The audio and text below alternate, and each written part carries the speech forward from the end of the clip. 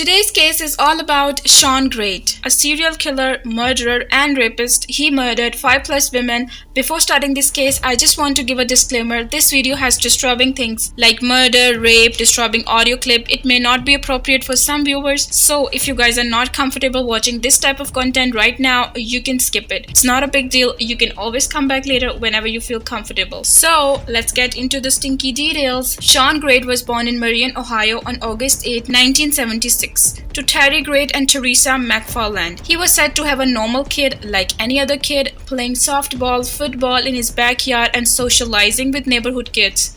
His mother met Terry Grate following an abusive marriage she had ended in 1972 with a man named Edward Meadows. She had one child, Barbara Chester, from his ex-husband. Terry and Teresa had met at a bar called Badger Boots, where she worked as a dancer. They ended up getting married in 1974. The marriage would produce 2 more kids, Jason and Shawn. As a teenager growing up in Marion, Ohio, Shawn Grate was well liked, particularly by the girls. He was charming, always had a smile on his face, which did a great job of masking his inner rage, jealousy, and simmering violence for a while at least. When he was 18, he was arrested for grabbing his then-girlfriend by the throat. A few years later, he was arrested again for breaking into his 17-year-old girlfriend's home and choking her. Just 8 months after that, he broke in again, sleeping underneath her couch. This time, he had a butcher knife. So how did police discover this person? Actually, one of his victims called 911 and described all the incident while Shawn was in deep sleep. While Grate was sleeping, Jane Doe called 911 from the Ashland house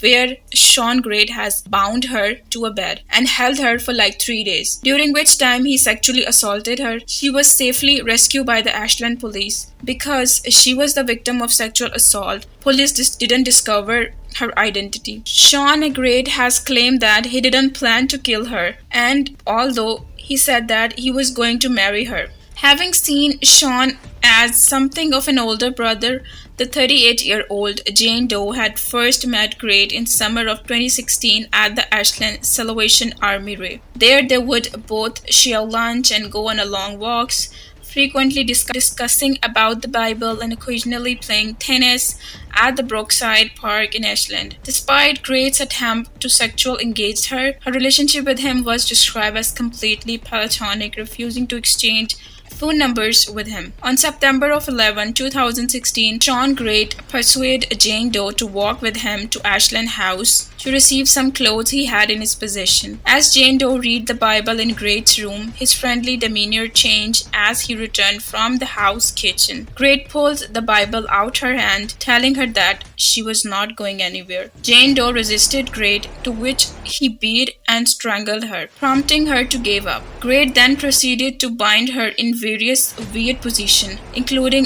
one that would allegedly strangle her to death as she attempted to break free. During the 3-day assault, she had sustained head bruises, sexual traumas, and vaginal bleeding as well. She claimed that she's been sexually assaulted by Grate in every way manageable. During the assault, Grate was also noted to have shaven a heart shape into her pubic hair, which was removed following an examination by a sexual assault forensic examiner.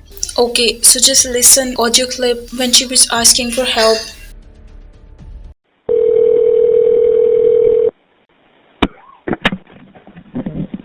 911, what is the address to your emergency? By the 4th Street laundromat. What is it? 4th Street laundromat. What's the problem? I've been abducted. What's your name? How do you spell your last name? Who abducted you? Shawn Green. You said John Green? Shawn Grate. Where's he at now? Asleep. Where's he sleeping at? In the bedroom. In what bedroom? There's 2 houses right by the laundry street. And it's in one of those houses. But you're at the laundromat? No, I'm in the bedroom with them. What color's the house?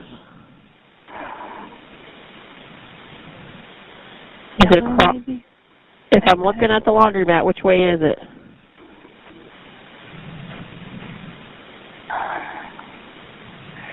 looking in the laundromat. It's the one on the left of the two.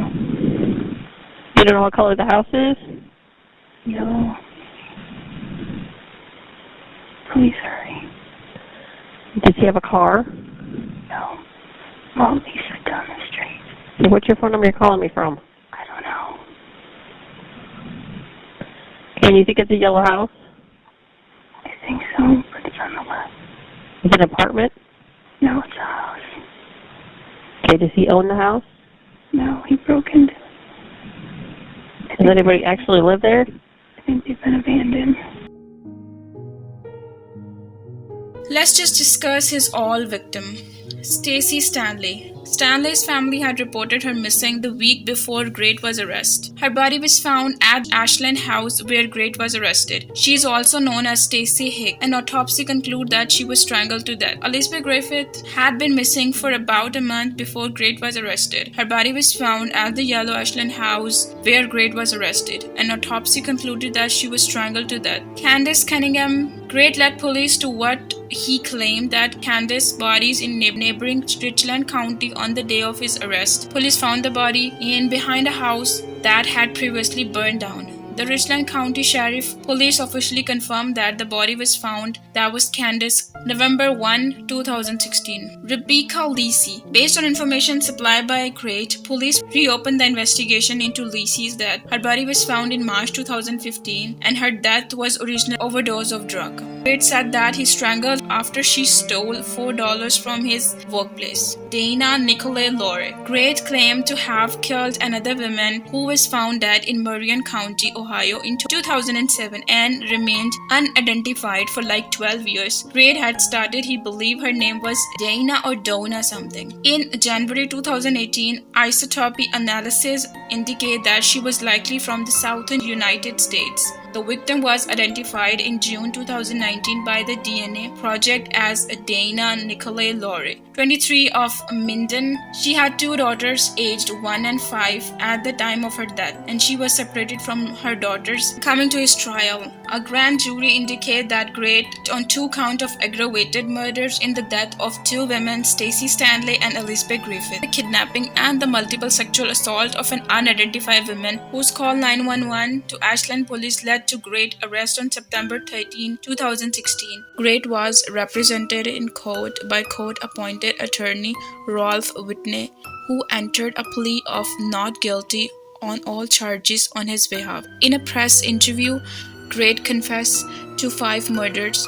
Grate's attorney later filed a plea of not guilty by reason of insanity. Ashland County Prosecutor Christopher R. said that given the deprived action and the gruesome evidence, he would seek the death penalty. Moving on December 10, 2020, it was reported that Grate lost his appeal against the death sentence, with the Ohio Supreme Court upholding the sentence by stating there is no mitigation or reversible error in Grate's case. On the grounds of dismissing the appeal, Grate is scheduled to be executed on March 19, 2025. That date is when he is transferred to Lucasville. The method of execution to be used is to determine Ohio no longer uses lethal injection as of 2020, but state law doesn't currently permit any other method.